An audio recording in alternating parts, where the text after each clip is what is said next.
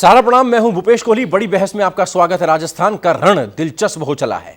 3 दिनों तक कांग्रेस पर भारी दिख रहे सचिन पायलट पर आज पार्टी ने आखिरकार एक्शन ले लिया। बागी नेता सचिन पायलट को कांग्रेस ने डेप्यूटी सीएम पद और प्रदेश अध्यक्ष पद से हटा दिया। कांग्रेस आलाकमान द्वारा जयपुर भेजे गए रणदीप सुरजेवाला ने इसका ऐलान किया। सचिन के साथ उनके समर्थक 2 बागी विश्वेश्वर सिंह और रमेश मीणा को भी मंत्री पद से बर्खास्त कर दिया गया। पार्टी के एक्शन के बाद सचिन ने ट्वीट कर कहा कि सत्य को परेशान किया जा सकता है लेकिन पराजित नहीं। बड़ी बहस में आज हम इसी मुद्दे पर बात करेंगे और अब पायलट का अगला दांव क्या होगा।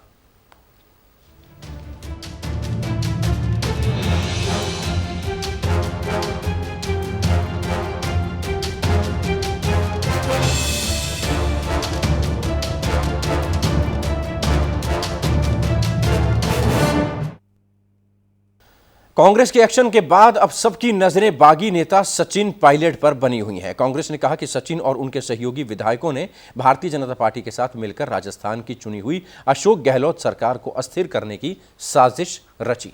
भारतीय जनता पार्टी ने ईडी और आईटी के जरिए दबाव डालने की कोशिश की और विधायकों को खरीदने का काम भी किया। सुरजेवाला ने दावा किया कि राहुल, प्रियंका गांधी समेत पार्टी के तमाम बड़े नेताओं ने सचिन पायलट से संपर्क कर उनसे बातचीत की, लेकिन वो नहीं माने। इस गहमा गहमी के बीच मुख्यमंत्री गहलोत ने राज्यपाल कलराज मिश्र से मुलाकात की। इससे पहले जयपुर में विधायक दल की बैठक में पायलट और अन्य बागी विधायकों के खिलाफ कार्रवाई का प्रस्ताव पास किया गया और इस बीच कांग्रेस ने प्रदेश अध्यक्ष की जिम्मेदारी गोविंद सिंह डोटासरा को दी। वहीं दिल्ली में प्रियंका ने सोनिया गांधी से मुलाकात की। चर्चा शुरू करने से पहले सुनते हैं कांग्रेस प्रवक्ता सुरजेवाला और भारतीय जनता पार्टी प्रवक्ता शाहनवाज हुसैन ने पूरे घटनाक्रम पर क्या कुछ कहा।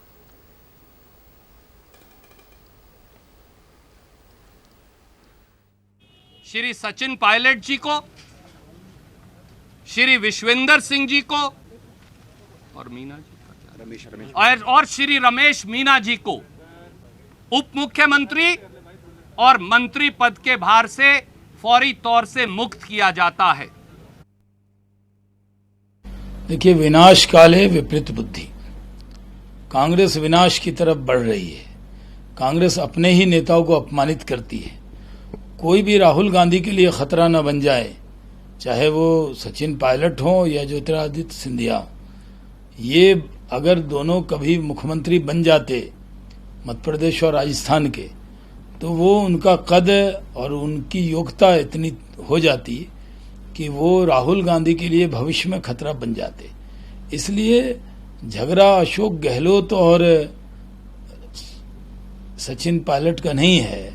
झगड़ा है कि राहुल जी, प्रियंका जी के सामने कोई टैलेंटेड युवा नेता आगे न बढ़ जाए, इसलिए उसके पड़कतरो। वहीं राजस्थान से भारतीय जनता पार्टी के वरिष्ठ नेता ओम माथुर का क्या कहना है। उन्होंने कहा कि भारतीय जनता पार्टी का इससे कोई लेना देना नहीं है। यह मुख्यमंत्री और उप मुख्यमंत्री का झगड़ा है, सत्ता की लड़ाई है, कांग्रेस का अंदरूनी मामला है। विधायक दल नाराज चल रहे हैं क्योंकि मुख्यमंत्री सिर्फ बयानबाजी करते हैं। चीफ मिनिस्टर्स और पार्टी के अध्यक्ष और उप मुख्यमंत्री, डिप्टी सीएम, उनके झगड़ा को हमारे ऊपर डालने क्या औचित्य है। ये तो ऐसा है कि खिसियानी बिल्ली खंबा नोचे जैसी वाली बात है। इसलिए वो खाली आरोप लगा रहे हैं तो प्रमाण देना। सरकार उनके पास, प्रशासन उनके पास, पुलिस उनके पास, फिर काय के लिए इस प्रकार का आरोप लगा रहे। तो चर्चा इसी मुद्दे पर करेंगे। स्टूडियो में हमारे साथ मौजूद रहेंगे माधवी अग्रवाल, प्रवक्ता भारतीय जनता पार्टी, हमारे साथ जुड़ रही हैं। अमन पवार, प्रवक्ता कांग्रेस के, हमारे साथ जुड़ रहे हैं। राखी बख्शी, वरिष्ठ पत्रकार, हमारे साथ जुड़ेंगी। लेकिन स्टूडियो में हमारे साथ Ramesh Awasthi, additional group editor, Sahara news network के, हमारे साथ मौजूद हैं। और पंकज कुमार, बिहार झारखंड के संपादक हैं, सीनियर जर्नलिस्ट, हमारे साथ मौजूद हैं। मनोज राजौरिया, भारतीय जनता पार्टी के सांसद, भी हमारे साथ कुछ ही देर में जुड़ेंगे। उनसे भी चर्चा शुरू करेंगे। माधवी जी, पायलट का प्लेन क्रैश हो गया। अब भारतीय जनता पार्टी जिस तरीके से दोस्ती निभाने में माहिर है, उनको अपनी पार्टी में लेगी कि उनसे किनारा करेगी भारतीय जनता पार्टी की? राजस्थान को लेकर आगे की क्या रणनीति है? देखिए, भारतीय जनता पार्टी हर उस सच्चाई के साथ है जो भारतीय जनता पार्टी की आइडियोलॉजी को लेकर साथ चलता है। ये उनकी पार्टी का अंदरूनी मामला है जो सामने खुलकर आ गया। आप एक बात सोचिए कि क्या कांग्रेस के अंदर में एक ही युवा है और वो राहुल गांधी है, जो केवल हमेशा युवा बने रहेंगे और पार्टी का चेहरा बन के हमेशा देश के लिए उनको सामने प्रमोट करते जाएंगे। पार्टी का एक ही काम रहेगा कि उनको जो है बार बार रीलॉन्च करते रहना। तो ये जो एक चीज है, जो बाकी युवा है जिनमें टैलेंट है, वाकई में टैलेंट है, और ये पूरा देश अच्छी तरह से जानता है कि राहुल गांधी अपना भाषण भी ठीक से बोल नहीं पाते हैं। और ऐसी स्थिति में जो वाकई में टैलेंटेड लोग हैं, उन लोगों को दरकिनार करना, उनके अस्तित्व, उनकी जो डिग्निटी है, उनको बार बार आहत करना, ये अब किसी को बर्दाश्त नहीं हो रहा है। आखिर आप देखिए कि ज्योतिरादित्य सिंधिया हो चाहे सचिन पायलट जी हो, इन दोनों ने एक ही बात कही कि ये आत्मसम्मान की लड़ाई है। आखिर किसी व्यक्ति के आत्मसम्मान को ठेस पहुंचेगी तो वो कोई ना कोई एक्शन लेगा। तो इसमें भारतीय जनता पार्टी का इसमें उनके अंदरूनी मामलों में कोई लेना देना नहीं है। लेकिन लोग अच्छी तरह से जानते हैं कि भारतीय जनता पार्टी एकमात्र देश के अंदर में इतना बड़ा दल है जहां एक पोस्टर लगाने वाला व्यक्ति भी कल जाके अध्यक्ष की सीट पर बैठ सकता है और पार्टी का नेतृत्व कर सकता है, जो कि कांग्रेस में बिल्कुल नहीं है। ये अच्छी तरह से जानते हैं कि लोग अपनी जान भी दे दें, अपनी जान न्यौछावर कर दे पार्टी के लिए, लेकिन वो कभी अध्यक्ष पद का सपना भी नहीं देख सकते।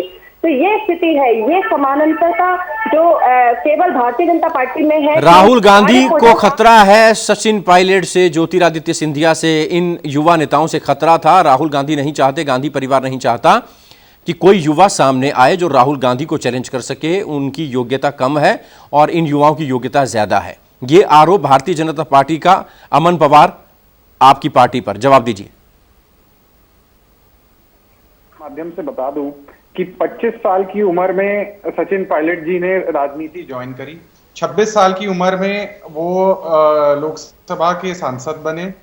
30 साल की उम्र में केंद्रीय मंत्री बने। 34 साल की उम्र में राजस्थान प्रदेश अध्यक्ष बने। 38 साल की उम्र में डिप्टी सीएम राजस्थान बने। भारतीय जनता पार्टी के प्रवक्ता मुझे एक ऐसे व्यक्ति का नाम, युवा का नाम बता दें अपनी पार्टी में जिनको इस तरीके का प्रमोशन मिला हो।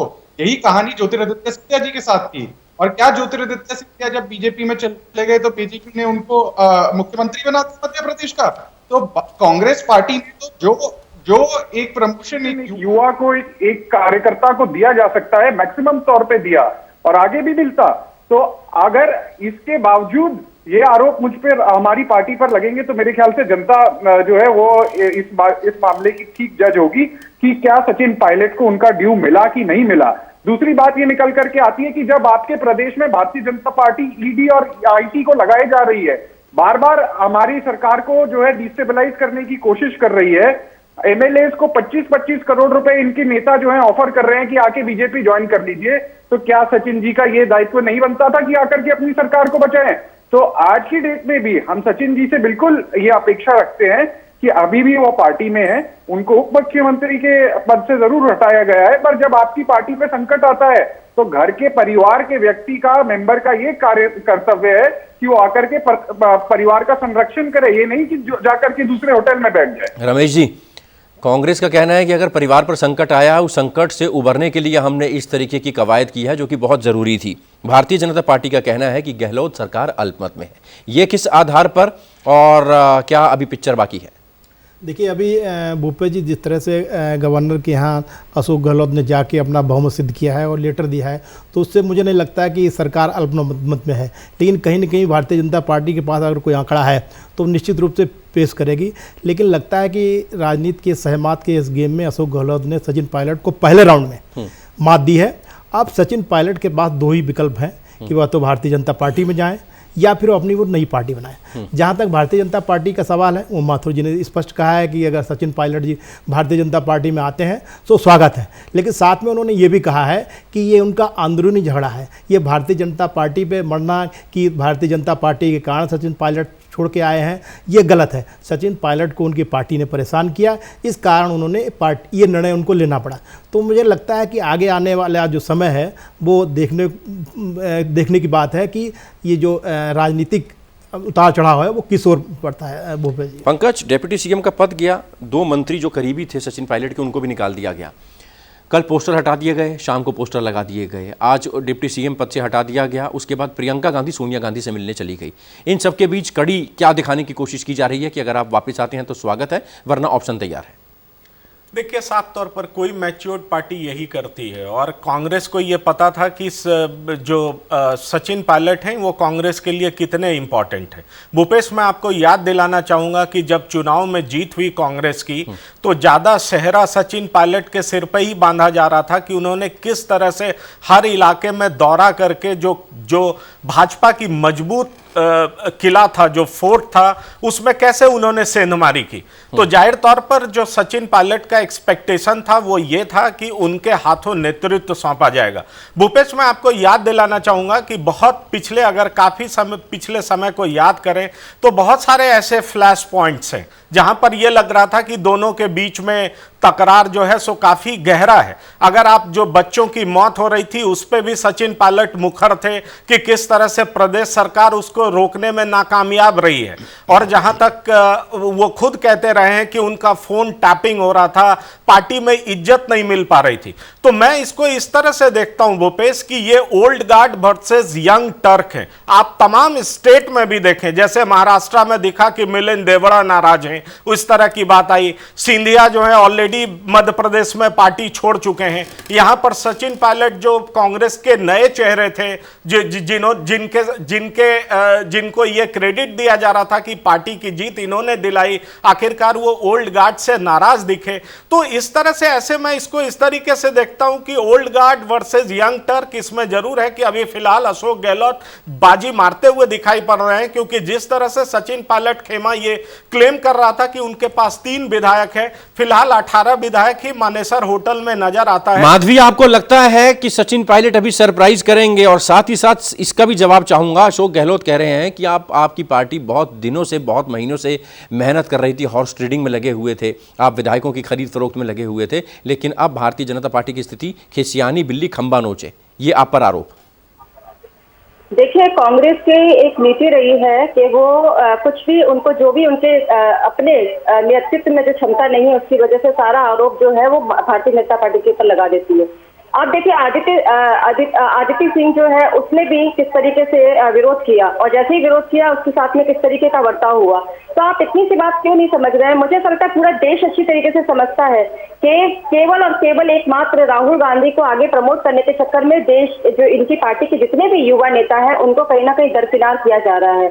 उन टैलेंट को आगे उभरने का मौका नहीं दिया जा रहा है, और उनके साथ में जिस तरीके का व्यवहार हो रहा है कि उनको लगता है कि उनके आत्मसम्मान को तकलीफ पहुंच रही है, और ये लगातार होता आ रहा है, सब प्रदेशों में होता जा रहा है। जहां 2018 में जिस तरीके से उन्होंने मेहनत की और उसका चेहरा पूरी तरीके से बांधा गया कि सत्ता को हासिल करने में पायलट, जो सचिन पायलट है, उनका बहुत बड़ा नेतृत्व था, और जब वो अपनी अपेक्षा कर रहे थे कि उनको सीएम पद के लिए बैठाया जाए, लेकिन बावजूद इसके उनको नेतृत्व ना देकर उनको डेप्यूटी सीएम बनाया गया। और ये बात कितनी उछली थी, आपको पता होगा कि इस बात के लिए नाराजगी उस समय हुई थी, जिसको मनाने के लिए बार बार सोनिया गांधी जी और जो बाकी नेतृत्व दल है वो जा रहे थे, कोशिश कर रहे थे, लेकिन उसके बाद उन्होंने डेप्यूटी सीएम की पोस्ट पर उनको बैठाया, क्योंकि वो चाहते ही नहीं है कि जो यंग टैलेंट है वो कांग्रेस में उभर के सामने आए, और जिस वजह से जो राहुल गांधी है वो आगे जो सो कॉल्ड जो प्रधानमंत्री बनना चाहते हैं, और एक बहुत बड़ा ख्वाब जो उन्होंने सिरो के रखा हुआ है वो पूरा हो जाए। तो इनके जो अंदर की जो कलह है और जो नेतृत्व नहीं करने की क्षमता है, उसकी वजह से ये सारी चीजें उभर के आ रही है पार्टी के अंदर में, और बेमतलब का वो जो है वो भारतीय जनता अमन, पायलट जो है वो अपने प्लेन को जो उन्होंने उड़ान भरी है उसको यू टर्न ले लें, भारतीय जनता पार्टी के खेमे में ना जाएं, वापस आ जाएं, टेक ऑफ करें, उनका स्वागत है। और साथ ही साथ ये भी कहा जा रहा है सुबह का भूला अगर शाम को घर आ जाए तो उसे भूला नहीं कहते। लगता है आपको वापसी हो पाएगी, दिल मिल पाएंगे?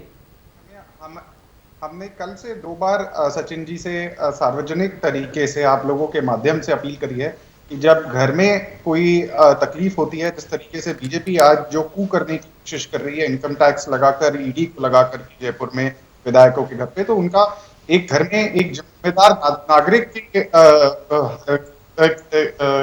स्टेटस के हिसाब से उनको आना चाहिए और अपनी पार्टी का संरक्षण करना चाहिए। और आज ये जो भारतीय जनता पार्टी पायलट जी के और ज्योतिरादित्य सिंधिया की आरती उतार रहे हैं, एक प्रवक्ता आपके चैनल पर कहकर बैठे थे कि ये किस तरीके के डायनास्ट है, कैसी डायनास्ट पार्टी है कि ये जिनके परिवारजन पहले जो पार्टी में थे आज उनको नेता बनाया जा रहा है, आज उनकी आपकी आरती उतार रहे हैं। भारतीय जनता पार्टी के प्रवक्ता से निवेदन है कि आप अपने जो अपना काल है उस पर आप ध्यान दीजिए। आप अपने पार्टी पर ध्यान दीजिए, हमारा अंदरूनी मामला है, उसमें आप बार बार दखल अंदाजी करिए। अमित शाह जी बहुत ट्वीट करके भेजा हुआ है, आईटी को आपने लगाया है, बहुत देर में आती होगी राजस्थान में, तो आपकी जो फ्रंटल ऑर्गेनाइजेशन टैक्स हुई, सीबीआई वो ऑलरेडी काम करती है। रमेश जी, अशोक गहलोत का कहना है सेन तो भारतीय जनता पार्टी के खेमे में भी हमने लगाई हुई है, वहां से भी अगर हमको जरूरत पड़ेगी तो कुछ विधायक वहां पर भी तैयार बैठे हैं। वाकई ऐसा है? देखिए, मुझे नहीं लगता कि भारतीय जनता पार्टी को जो संगठन ढांचा है वो एक ऐसा ढांचा है उस पर हर एक विधायक पर एक ने कोई पदाधिकारी नज़र रखे हुए है। लेकिन हाँ, जो वहाँ की चर्चाएं हैं वहाँ पे ये माना जाता है अशोक गहलोत और वसुंधरा राजे के अच्छे संबंध हैं। चाहे उनको बंगला खाली कराने की बात हो, जिसमें स्टेट गवर्नमेंट लगी हुई है कि वसुंधरा राजे का बंगला खाली ना हो, तो तमाम इस तरीके के कयास लगाए जाते रहते हैं। कांग्रेस की तरफ से एक अफवाह फैलाई जाती रही है कि वसुंधरा राजे अगर कोई मौका अगर ऐसा आएगा तो उनके लोग समर्थन करेंगे। लेकिन मुझे लगता नहीं कि ऐसा नहीं है, क्योंकि यही देखते हुए कि भारतीय जनता पार्टी का एक शीर्ष नेतृत्व, जिसमें वो माथुर जी हैं, बी सतीश जी हैं, वहाँ के संगठन मंत्री चंद्रशेखर जी हैं, शेखा जी मंत्री जी हैं, तमाम ऐसे राष्ट्रीय स्तर के पदाधिकारी वहाँ जयपुर पहुँच चुके हैं और हर स्थिति पे पूरी तरह नज़र रखे हुए हैं। मुझे लगता नहीं कि भारतीय जनता पार्टी का ऐसा कोई विधायक है जो कांग्रेस में जाने लायक है। हाँ, लेकिन ये जरूर है कि जो निर्दलीय विधायक हैं, निर्दलीय विधायकों में अभी निश्चित नहीं कहा जा सकता है कि कितने विधायक किधर हैं। अभी तक जो देखने को मिल रहा है वो ज़्यादातर विधायक कांग्रेस के पक्ष में, अशोक गहलोत के पक्ष में है। जैसे दो विधायक हैं एक पार्टी में, उनमें एक विधायक का एक ट्वीट आया है जिसमें वो कह रहा है कि मुझे सरकार ज़बरदस्ती रोक रही है। तो इस तरीके के कुछ विधायक जरूर हैं जो आज कांग्रेस के पाले में दिख रहे हैं। वो हो सकता है कि वो भाजपा के पाले में चले जाएं, या भारतीय जनता पार्टी के पाले में जो विधायक ऐसे दिख रहे हैं जिसमें निर्दलीय विधायक भी हैं, वो हो सकता है कल आगे आने वाले दिनों में कांग्रेस के पाले में चले जाएं। लेकिन भारतीय जनता पार्टी में ऐसी मुझे नहीं लगता है कि जिस तरीके से उनका एक संगठन ढांचा है उससे पार्टी में कोई विद्रोह हो या ऐसा कोई विधायक कांग्रेस के पाले में चले जाए। भूपेश। पंकज, सचिन पायलट की आगे की रणनीति, भारतीय जनता पार्टी में जाएंगे, अलग पार्टी बनाएंगे या वापसी कर सकते हैं? देखिए भूपेश, राजनीति में ना तो कोई परमानेंट फ्रेंड होता है ना ही कोई परमानेंट दुश्मन होता है। राजनीति में अपना महत्वाकांक्षा होता है और उस महत्वाकांक्षा की आड़ में लोग बढ़ते हैं। सचिन पायलट की उम्र बहुत ज़्यादा नहीं है। हाँ, ये बात और है कि जिस तरह से फिलहाल पिछले कुछ दिनों में अशोक गहलोत से उनका ऐसा दिख रहा है कि निजी कुछ उस तरह का मनमुटाव हो गया है जिस वजह से वो जितने भी संधि सुलह की बात हुई उसको उन्होंने नकार दिया है। लेकिन सचिन पायलट के आगे अभी सबसे बड़ा उनका फोकस इस बात पर होगा कि राजस्थान की राजनीति में उनकी महत्ता क्या है। उनको लगा कि कांग्रेस में वो सेकंड मैन है, अशोक गहलोत फर्स्ट मैन है। वो इन किन प्रकार इन सत्ता को अपने हाथ में लेना चाहते हैं, पर वो ये भी साथ ही साथ देखेंगे कि अगर वो पार्टी छोड़ रहे हैं, पार्टी को उन्होंने छोड़ दिया, जैसा कि उन्होंने अपने ट्वीट और तमाम जगह से कांग्रेस का नाम हटा दिया, तो जाहिर तौर पर वो इस बात के लिए चिंतित जरूर होंगे कि बीजेपी में उनको क्या मिल रहा है,